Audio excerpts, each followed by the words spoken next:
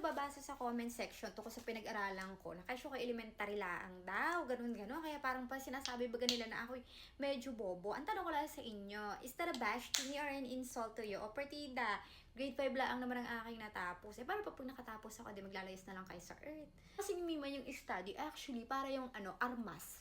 Ganyan, halimbawa may digmaan kayo. Mas okay, di ba, pag mas marami kayo ng armas. Pero kung hindi nyo naman din parang alam paano gamitin ang armas nyo, edi useless din yung armas nyo. Nagigets nyo ba? Ako anong meaning ko?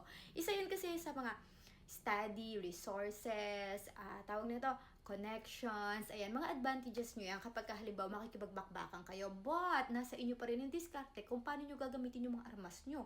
O, di ba? Aanim naman yung sa nabakbak mo na armas. Kung yung pagputok mo naman ay pasala-sala, hindi mo rin magamit ng tama. So, it's useless. Ganun yun, Mima Balls ko. Advantages mo yan. Pag nakapag-aral ka, mas marami kang knowledge, ganyan. Pero kung all those things ba, hindi mo alam paano gamitin, so it's nothing. Porque nakapag-aral kayo, ibig sabihin nun ay sure win na kayo sa buhay. Yan ay armas pa lang. Yung ginagawa niyong pag-aaral, armas yan, Mima, para sa digmaan ng buhay. Ganun yun. Kaya kayo pinag-aaral ganyan. Ngayon, katulad ko, nawala, dinaan ko na lang sa diskarte. O, ganun lang yun, Mima. Pagalingan lang yan sa buhay.